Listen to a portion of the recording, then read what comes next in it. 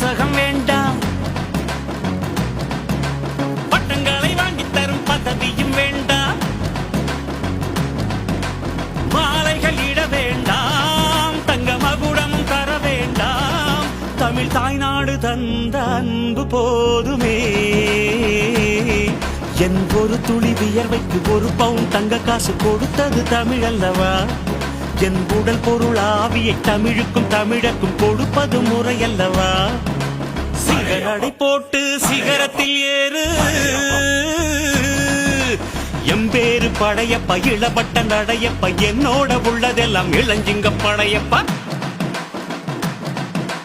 நெஞ்சிலாறு படையப்ப, பின்னால் 100 படையப்ப, யுத்தம் கொண்டு வருகையில் 10 வீரல் படையப்பா. படையப்ப படையப்ப படையப்ப, பாசமுள்ள மனிதனப்பா, நான் மீச